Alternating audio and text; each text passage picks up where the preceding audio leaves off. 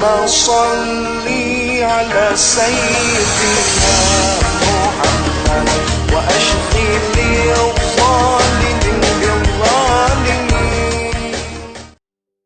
Beruntung kita menjadi umat baginda Nabi besar Muhammad, umat yang selalu dirindukan oleh Nabi, umat yang dimana qala Rasul sallallahu alaihi wasallam, Nabi Muhammad sallallahu alaihi wasallam bersabda di dalam hadisnya, idza yushaku ahadukum bisyaukatin fi rijlih la ajidu ala maha fi qalbi. Apa kata Nabi? Andaikan salah satu dari kalian, wahai umatku, ada yang kakinya tertusuk duri, maka pasti kalian merasakan sakit. Rasa sakit yang kalian rasakan itu pun aku rasakan, bahkan sampai ke dalam hatiku.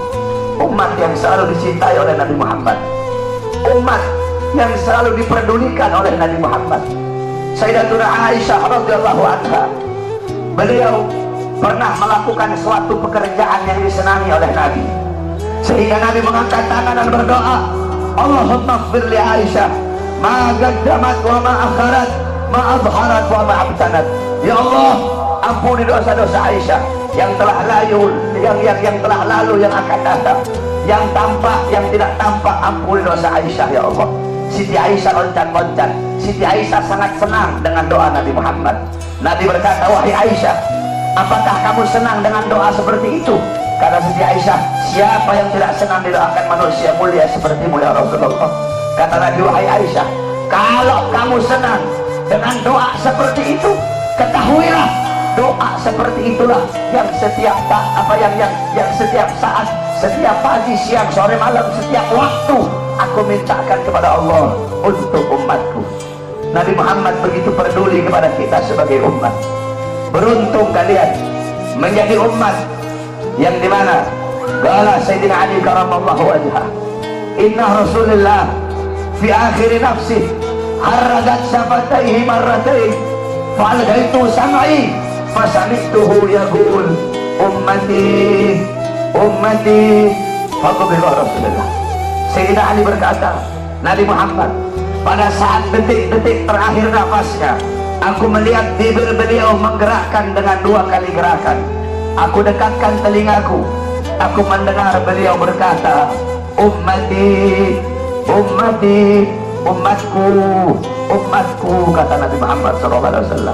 Bahkan pada saat detik-detik terakhir nafasnya, Nabi Muhammad masih memikirkan kalian sebagai umat. Ketika itu Nabi Muhammad terbaring sakit di kamar yang biasa beliau tiduri di rumah Sayyidatuna Aisyah radhiyallahu anha.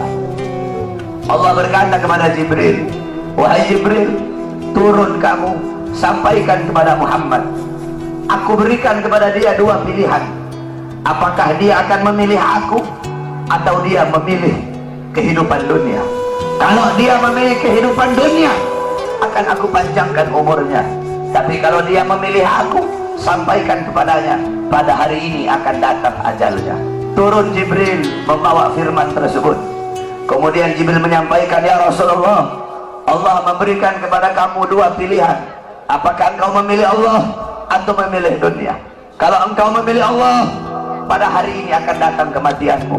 Kalau kamu memilih dunia, Allah panjangkan umurmu. Apa kata Nabi Muhammad? Wahai Jibril, sudah tentu aku lebih memilih Allah. Bagiku kehidupan sebenarnya bukan dunia. Kehidupan sebenarnya bagiku ketika ruhku berpindah menghadap Allah subhanahu wa ta'ala. Pergi Jibril membawa kabar tersebut. Kemudian Allah memanggil Israel, wahai Israel, wahai pencabut nyawa, turunlah kamu ke dunia. Pasang muka yang paling bagus, pasang wajah yang paling bagus. Kamu akan mencabut nyawa makhluk yang paling mulia, yaitu Nabi Muhammad. Kamu cabut nyawa dia, itu pun kamu izin dulu kepada dia, mau tidak dia dicabut nyawanya. Kalau dia mau kamu cabut, kalau dia tidak mau kamu kembali kepadaku. Turun Israel membawa perintah Allah untuk mencabut nyawa baginda Nabi besar Muhammad. Israel berdiri di depan pintu rumahnya Nabi. Israel tidak berani langsung masuk rumahnya Nabi. Israel berdiri di depan pintu rumah Nabi Muhammad. Israel mengucapkan salam, assalamualaikum ya Rasulullah, assalamualaikum ya Habibullah, Assalamualaikum ya Rasulullah. Pintu rumah dibuka oleh Sayyidatuna Fatimah. Sayyidatuna Fatimah putrinya Nabi membuka pintu rumah tersebut. Siti Fatimah berkata, siapa engkau? Apakah kau tidak lihat ayahku sedang terbaring sakit?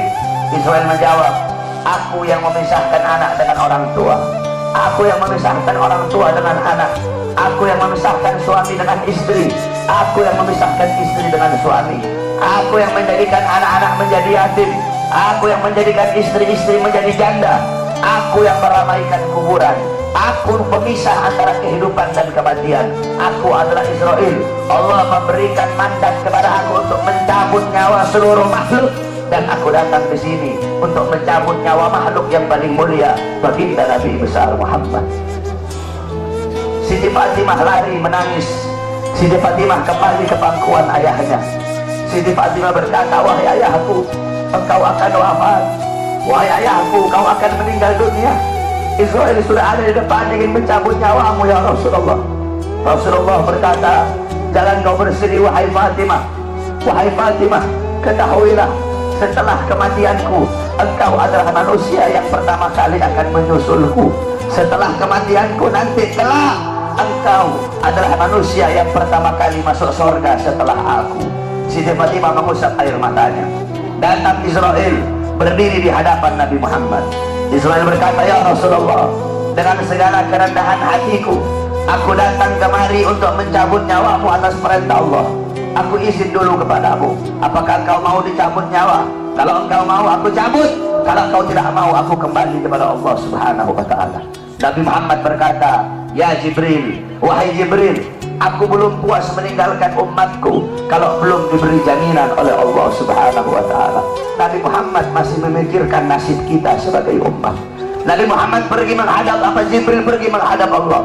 Jibril berkata, ya Allah, kekasihmu Rasulullah meminta jaminan untuk umatnya. Apa kata Jibril? Ya Rasulullah, ya Allah, kekasihmu meminta jaminan untuk umatnya. Allah berkata, Allah berfirman, fa'auhallahu ta'ala ala Jibril, basyirhu ya Jibril, innahu awwalu nasim kharijun minal ardi idha bu'isu wa sayyiduhum idha jami'u fabasyirhu innal jannah muharramatun alal umam qabla an tadkhuluha ummatuh. Nabi Allah berkata kepada Jibril, wahai Jibril, sampaikan kepada kekasihku Muhammad, dia adalah manusia yang pertama kali akan aku bangkitkan dari dalam kubur. Dia adalah manusia yang menjadi pemimpin seluruh manusia di dunia dan akhirat. Dia menjadi pemimpin kelak ketika hari kebangkitan. Dan sampaikan kepadanya, jaminan dariku, surga aku haramkan untuk dimasuki oleh umat manapun sebelum surga dimasuki oleh umatnya. Turun Jibril bawa wahyu tersebut. Rasulullah berkata, al-an qarrat aini, sekarang aku senang, sekarang aku puas. Cabutlah nyawaku wahai Israel. Dicabut nyawa Nabi Muhammad SAW. Ketika dicabut nyawa Nabi Muhammad mendesak. Nabi Muhammad berkata, kata, dicabut lagi nyawa Nabi Muhammad. Nabi Muhammad berkata, Nabi Muhammad merasakan sakit. Di sebelah kanannya Nabi ada sebuah cawan berisi air. Nabi Muhammad meletakkan tangannya di cawan tersebut. Beliau usap air keringat yang keluar dari wajah beliau. Kemudian beliau berkata, wahai Israel, apakah seperti ini rasa sakit dicabut nyawa? Israel berkata, iya ya Rasulullah, seperti itulah rasa sakit dicabut nyawa. Nabi berkata, apakah rasa sakit seperti ini juga yang nanti bakal dialami oleh umatku? Apakah rasa sakit seperti ini yang nanti bakal umatku rasakan wahai Israel? Israel berkata, ya Rasulullah, rasa sakit seperti itulah yang nanti bakal dialami oleh umatmu. Rasa sakit seperti itulah yang nanti bakal dirasakan oleh umatmu. Mendengar itu Nabi Muhammad menangis. Nabi Muhammad mengangkat tangan. Doa terakhirnya Nabi Muhammad, harapan terakhirnya Nabi Muhammad, doa yang menutupi wafatnya Nabi Muhammad SAW. Beliau mengangkat tangan dan berdoa, Allahumma khaffif ala ummati fi sakaratil maut. Ya Allah, ringankanlah sakaratul maut umatku. Ya Allah, permudahkanlah sakaratul maut umatku. Aku nabi mereka, aku pemimpin mereka, Aku menanggung jawab mereka ya Allah. Biar aku menanggung seluruh rasa sakit sakratul maut umatku. Biar aku menanggung beban penderitaan rasa sakit mereka ya Allah. Umatku tidak akan kuat, mereka tidak akan sanggup ya Allah. Biar aku Muhammad menanggung rasa sakit sakratul maut umatku. Apa yang telah kau lakukan untuk Nabi Muhammad? Apa yang telah kau korbankan untuk Nabi Muhammad? Nabi Muhammad berjuang untuk kalian. Nabi Muhammad menanggung rasa sakit sakratul maut kalian. Karena begitu cinta beliau kepada kalian sebagai umat. Saya dan kalian, kita tidak bisa membalas jasa-jasa Nabi Muhammad SAW. Sekalipun kalian merangkak dari rumah kalian menuju kuburnya Nabi Muhammad, kalian tidak akan bisa membalas jasa-jasa Nabi Muhammad SAW. Oleh karena itu saudara-saudaraku sekalian, setelah Nabi Muhammad wafat, banyak para sahabat-sahabat yang tidak kuat hidup. Ada sahabat yang berdoa, ya Allah, cabut kedua mataku. Untuk apa lagi aku melihat? Nabi sudah wafat, cabut kedua mataku. Aku tidak lagi mau melihat selain memandang wajah Nabi Muhammad. Ketika itu juga dia dibutakan oleh Allah Subhanahu wa Ta'ala. Ada yang angkat tangan, ya Allah, cabut nyawaku. Aku tidak lagi mau hidup. Untuk apa aku hidup? Nabi Muhammad sudah wafat, cabut nyawaku ya Allah. Ketika itu juga Allah cabut nyawanya. Kemudian ada seorang perempuan, ada seorang wanita, qalat li Aisyah, ya Aisyah, ikshif li qabrin Nabi. Wahai Aisyah, bukakan untukku kuburnya Nabi Muhammad. Dibuka kuburnya Nabi oleh Siti Aisyah. Masuk ini perempuan, babakan hatta matat. Wanita ini menangis depan kuburnya Nabi sampai dia mati saat itu juga. Ketika itu banyak para Allahumma salli ala sayyidina